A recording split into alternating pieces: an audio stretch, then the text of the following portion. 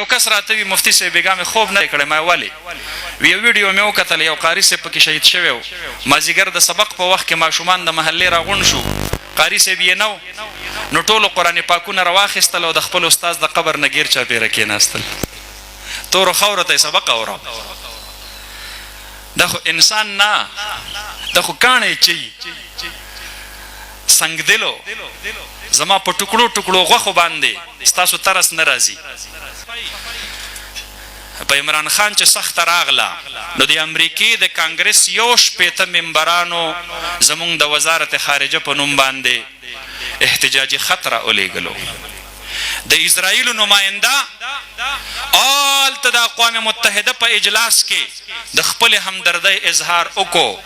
نو د الله رب العالمین فیصلو ته ګوره، میاش نیمه پس په مونږ باندې یو سخته یو تکلیف راغی، یو درد راته راورسېد په دې باجوړ کې.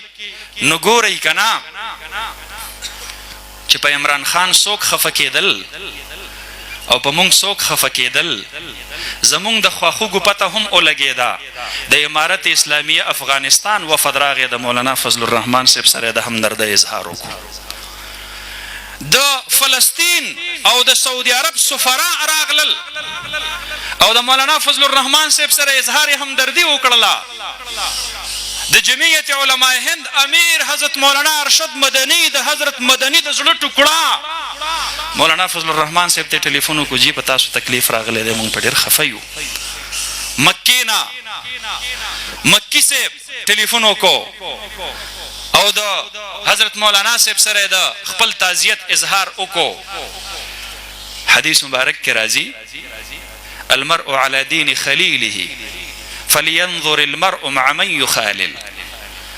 دوستانو ته ګوره، لینکس ته ګوره، اړیکو ته ګوره، همدردو ته ګوره، پته به درته په خپله باندې واضح شي څوک د چا په صف کې ولاړ دی، څوک د چا په صف کې ولاړ دی.